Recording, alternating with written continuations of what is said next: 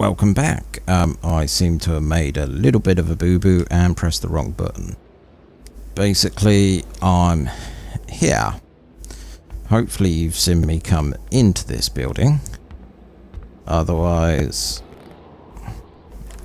I'm going to be going through all this silly. But yeah, we just found envelope. Marie. Come on. There we are. Just found this diary. So, Marie's diary, page 1. I have a diary just like Mum, unlike her, though I don't wear a long face when writing. I do love to write my thoughts, and about Martin, most of all. I love talking about him. I think he loves me too. Just like Romeo and Juliet, people don't like it when I see him. Only because he's blass. But just like in the story, nothing can stand in the way of true love. August 18th. I lost my appetite. I can't sleep anymore. Every waking hour, intense shivers run through my body. Dad's making me see the doctor, with his big hands touching me everywhere, his foul breath exhaling all over my face. Yuck, I'm not sick, I'm in love. I love Martin so much. There's nothing I like better than thinking about us playing together, like we always do. I wonder if he found the key I lost the other day. He was pretty sad when I did, because it was for Dad's garden shed.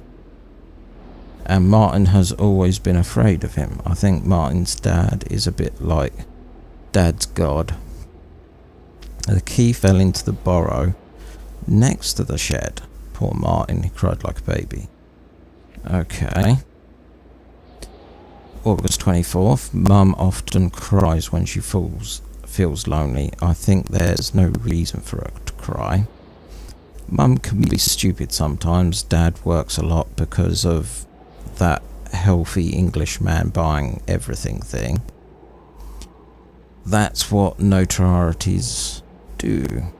They make sure that people get what they're paying for. Basically, it's complicated, but that's how Dad explained it to me. The rich guy doesn't look half as bad as Martin told me he was. When I saw him this morning at Dad's office, he told me, "Call me Uncle Willie." I found that pretty funny, plus he gave me candy. Okay, I was kinda old and dry, but still candy. I think Dad gets along well with Uncle Willie, because when he's with him, he laughs the same way he does with Father LaBelle. September 22nd, so about a month later. Had to gobble up the doc's horrible medicine, because if I hadn't, I wouldn't have been able to make it through Christmas.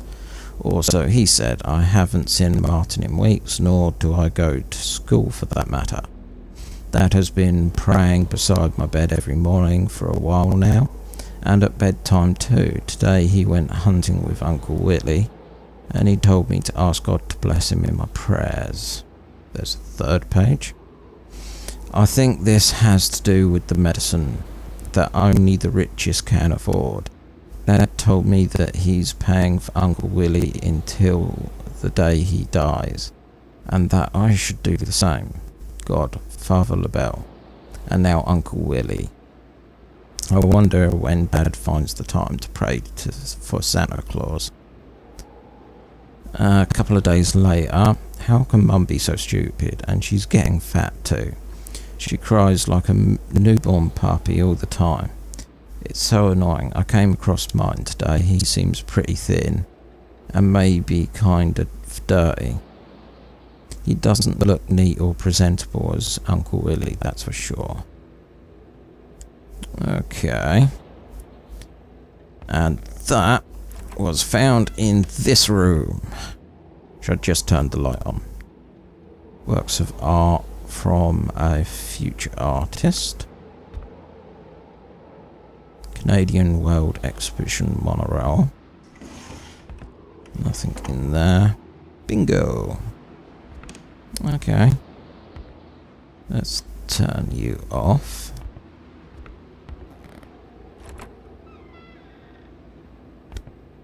Turn you on. The giraffe. Who knew that giraffes thrived in the North Pole? The craze for toys was stupefying.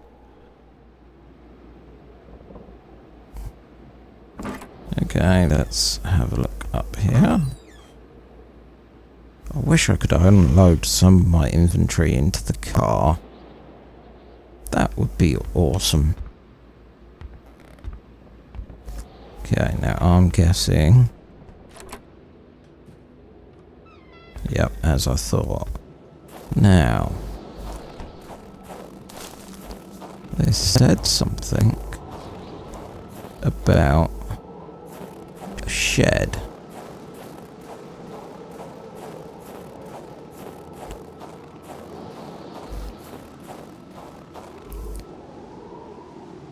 Which I can't really see. I mean, there's one structure. That's the garden-y type stuff. Go around here. It's not much. Okay.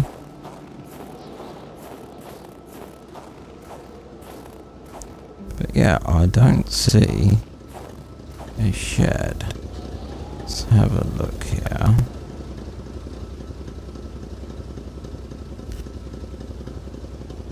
So we turn round and we want to go to Roy. Turn around, right.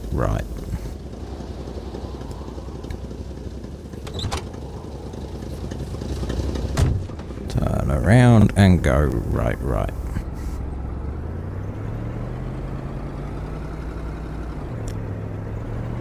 Should be this way.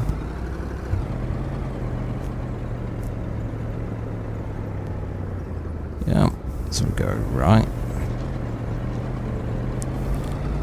And then we want to go right again. This might be the cabin I started in, actually.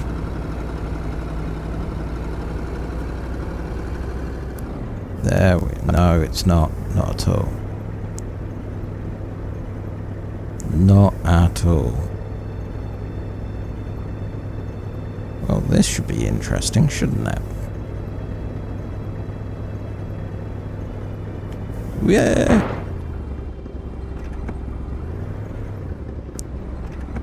Okay, so we head down here.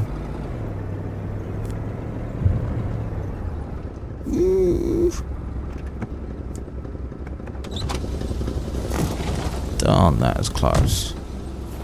Okay, I think this is the first indication we've got of pets. Okay.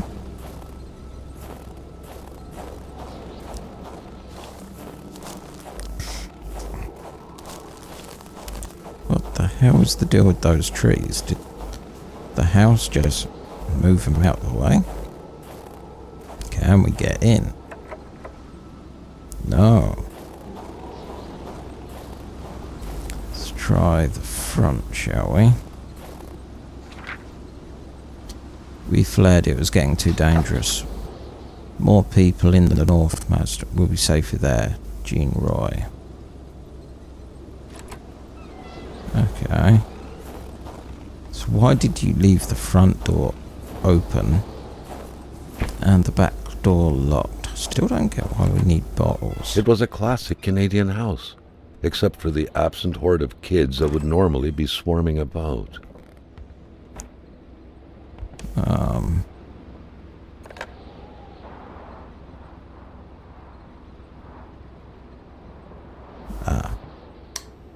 Let's get some light on the subject, shall we?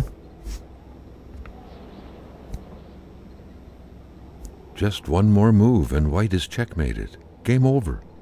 It seems the game was abandoned right before the final strike came down.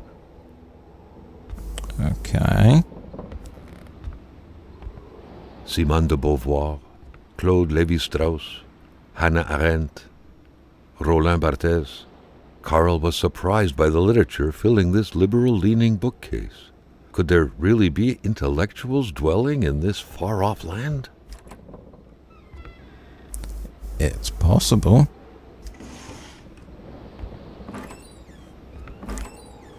Oh. Some more matches.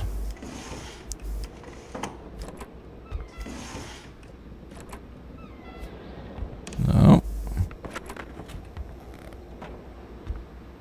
Some salami. Oh, what are you? Fire starters. Twisted fire starters. The photograph was snapped not too far from here, Carl noticed. The couple seemed to be very good friends. Okay. The couple radiated something akin to lightheartedness, to freedom. Perhaps some people out there truly found a way to live happily ever after. A picture of Wilfred in his youth. Carl figured right away that the man must have been some kind of wildlife officer. Okay, we made a note of that. Cats. Okay. Soap. Can't use that. Okay. Painkillers. We've got... that doesn't... I gotta know. Do these... steak...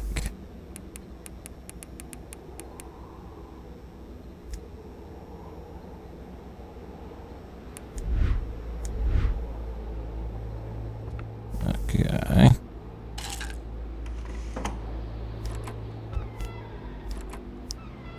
Oh, okay. Let's carry on moving through here. The fantasy, page 2. It was around that time you met Beatrice. A mediocre beauty at best, the girl with her distinctive features, cheeks covered with large pox-like freckles, due nose, oily forehead, tired but vibrant eyes, shaded red hair, slender as a child's body, chirping laugh, you name it. It was very image of innocence. That happened to be precisely the kind of victim Matthew was picturing in his mind, though one night as he was contemplating the ceiling from his bed, he swore to himself again and again, I'll kill her, I'll kill her. His dreams were later filled with images of the imminent crime. He came up with a simple enough plan. One fine evening he would visit her place to become familiar with the area's intricacies and feel closer to the impending murder, to slowly dig into Beatrice's thoughts, desires, dreams and abilities. This way he'd be able to get a concrete sense of what his sinister deed would be stripping away from the very fabric of life. The whole thing would take 2 days, a week at the most. Okay. Someone's trying to write a book.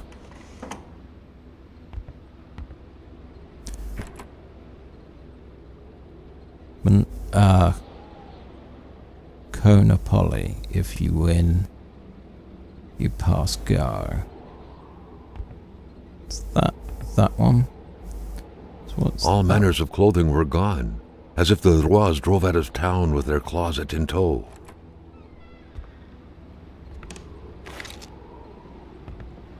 Okay. Another document. The fantasy, page 3. The first time he met Beatrice, however, she unexpectedly revealed her troubled origins to Matthew. She was adopted at the age of 4, and recalling her former life gave her a hard time. She played the piano in a so graceful manner that people often thought she may be a natural offspring of the musical virtuoso. She always cried before falling asleep, torn from the inside by a dreadful pain she couldn't explain. She confided to him so profoundly that Matthew couldn't get enough, coming back every night to learn every single thing of what would come out of the delicate mouth after pulling one last breath out of it. Every night he reflected on what the death of Beatrice would mean in the terms of loss to humanity, common heritage, be it a sound of her sobbing of her piano melodies, the compulsive tapping of her long index finger on the temple when she harboured dark thoughts, or any other little thing.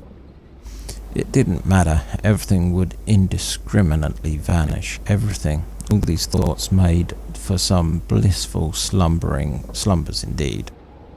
Then days became weeks, and before he knew it was Matthew's turn to throw his secrets at her, his hopes, his cries of despair, as if throwing coins at a wishing well. She would be dead by the end of the month, he promised himself. Okay. What are you? Just some random music. Nothing there. The two lovebirds were still going at 7 months later, though confiding fears and desires alike near the fireplace several days a week. The populace took notice. The wounded words eventually found a way to Manu's ear, prompting him to take action to prove his gentlemanship. He had asked Beatrice hand in marriage he would have more than enough time to kill her later. Today, when Matthew stares at the motionless ceiling, just like he did 20 years ago, he still wonders what he would have been removing from the existence by slitting Beatrice's throat. What he would be depriving his children of then. As if soothed by his fantasy, he gently drips off, smiling the night away. Okay. I don't like that guy. So for 20 years, he harboured thoughts. This is probably the first page. The fantasy, page 1. Matthew had yet to add murderer to his curriculum. He was fond of new experiences, especially most thrilling ones, and taking life of flesh and bone individual whose night before was still able to think, dream, fantasize, calculate, read, held the promise of exhilarating sensations. Unlike Roshenkov, it wasn't about axing an old Jewish hag to pieces to test some lunatic theory. Not at all. Matthew just wanted to know how it felt. It seemed so simple, so horribly simple. He didn't have any particular victim in mind. Like most people, his desires ran quite wildly. So he only had a vague idea of them in mind. He pondered using a rifle or a knife, assassinating a young girl or an old man. Tried to focus on the practicality. His victim would have to be defenseless. Bodybuilding wasn't exactly Matthew's strong point. He would have to act spontaneously, but not too much. He wasn't that eager to learn what spending the rest of life in prison would be like. Some experience carries too high a cost to be worth it, really. Don't trust him. Don't trust him one bit. Okay. Where did I find the light? There you are. Alright, let's head out to the car. Carl wondered how long he would have to endure this skin-stinging cold. Yeah. So, Roy's, Bernard's, Lawrence, General Store, cabin, shack, cabin, Blair, landslide. Done the doctor. Old Rosier.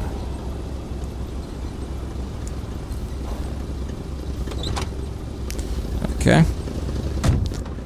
That seems like a plan.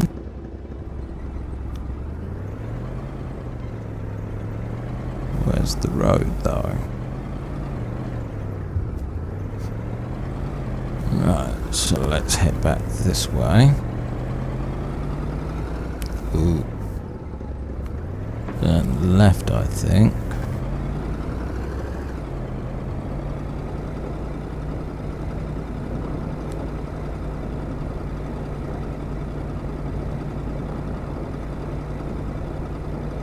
Okay.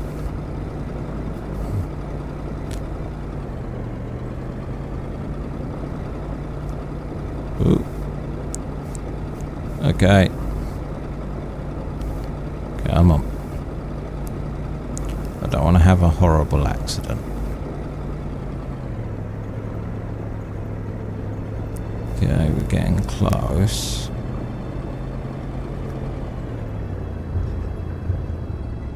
Ah, that's the downed tree. What would probably be wise is just pop in here just to warm ourselves up.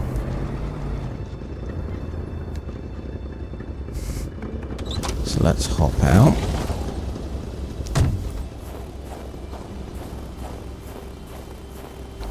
Head here. So, consumable.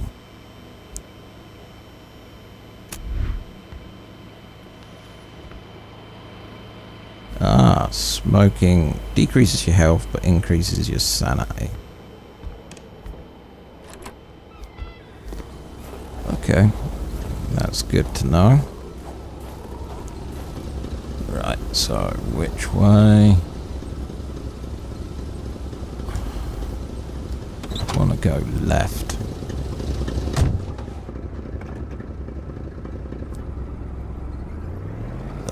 Left.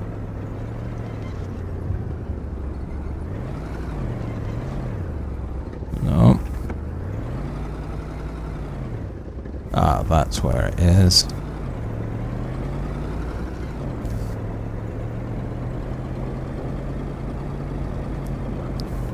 Right, so we're looking for a turning on the right. And we're going to have a loading section halfway across this bridge. Damn, I'm good at this. Okay, so we pump it in. It's the docks.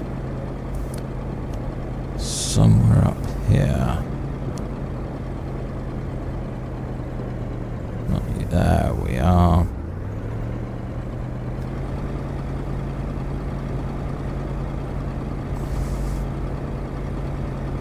I still reckon they could have done something with the prefetch of the streaming the data.